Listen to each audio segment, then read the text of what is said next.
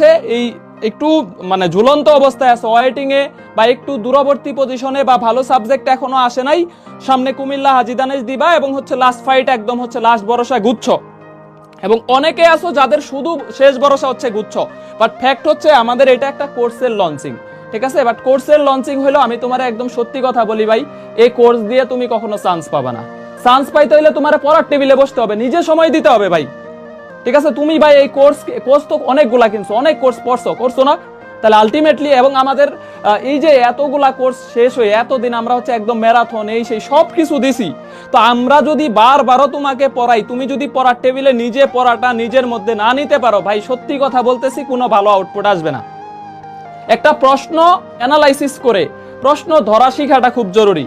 তুমি বিশ্বাস করবা কিনা ভাই, রাজশাহী বিশ্ববিদ্যালয়ের আগের পরীক্ষার দিন 99 টাকার ব্যাচে এখনো ক্লাসটা আছে।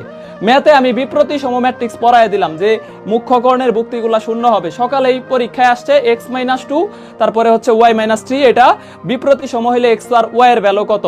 তো এই যে প্রশ্নগুলা ধরো রাতে পড়াইলাম, সকালে যায় যদি পরীক্ষায় না দাগাইতে পারো তাহলে এটা আমাদের কি করার আছে।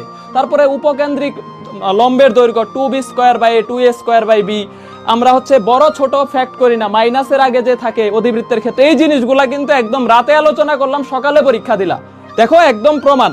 তাহলে আলটিমেটলি তোমাদের আমরা যতটুকু সাপোর্ট দেওয়ার চেষ্টা করি ডেডিকেটেড ভাবে, আমরা তো ভাই তোমাদের জন্য একদম লাস্ট পর্যন্ত মানে খুবই প্রেসার নিয়েই তোমাদের সাপোর্ট দেই, মানে আল্লাহ যতটুকু হচ্ছে আসলে আমাদের তৌফিক দেয়। সত্যি কথা বলতেছি, টেবিলে বসতে পারবা কে? এই লঞ্চিং মোটিভেশন গাইডলাইন দিয়ে হবে না, এই ব্যাচ দিয়ে হবে না। টেবিলে বসতে পারবা তাহলে চান্স পাবা।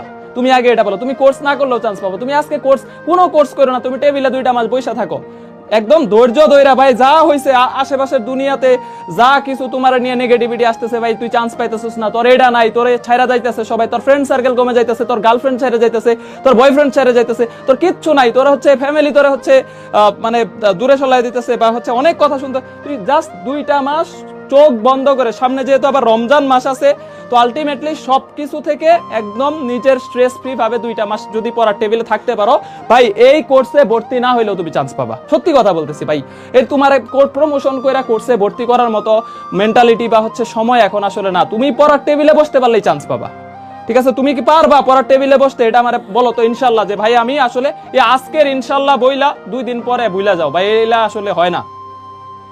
নিজে পড়াটা ধরা শিখো। একটা প্রশ্ন ধরো এই P = Q = R হইলে 120 ডিগ্রি, এটা আমি তোমার 1000 বার পড়ায় দিব, তুমি পরীক্ষার হলে যায় ওই প্রশ্নটাই ভুল করে আসবা, লাভ আছে বলো তো? তোমার আমি 1000 বার পড়ায় দিব, একদম আইনস্টাইন নিউটন নিয়ে এসে তোমার কোর্স করাইলে লাভ আছে? তুমি যদি নিজে সময় না দিতে পারো বা নিজে ওই পড়াটা আলটিমেটলি কভার করে ওই অবস্থায় তুমি যদি হচ্ছে প্রশ্ন ধরাটা প্র্যাকটিস না করতে পারো তাহলে লাভ আছে? লাভ নাই। বাট আমি বিশ্বাস করি, আমি তোমাকে কথা দিয়ে যাইতেছি ভাই, একদম লাস্ট দিন পর্যন্ত, আমি জানি না নির্বাচনের পরে দেশের পরিস্থিতি কি হবে বা আমাদের কি হবে বা আমরা কতদিন বাঁচবো, যদি বাইচা থাকি এজ এ মানে তোমাদের হচ্ছে বড় ভাই, ইনশাল্লাহ তুমি আমাকে একদম লাস্ট টাইম পর্যন্ত পাবা, ঠিক আছে? হ্যাঁ, তুমি 24 ব্যাচ, তুমি 25 ব্যাচ, আমি ভাই 26 নিয়েও কাজ করি না, আমি 27 নিয়েও কাজ করি না, আমি 28 নিয়েও কাজ করি না। আমি একটা সেশন অ্যাডমিশনের একদম ফার্স্ট টু লাস্ট, আমি একদম বিদায় দিয়ে তারপর অন্য সেশন নিয়ে শুরু করি, ঠিক আছে? 25-26 সেশন আমাদের এখান থেকে একটা ভালো রেজাল্ট নিয়ে যাবে, এরপরে আমরা হচ্ছে 26-27 সেশন বা হচ্ছে এটা নিয়ে হচ্ছে আমরা কাজ করব,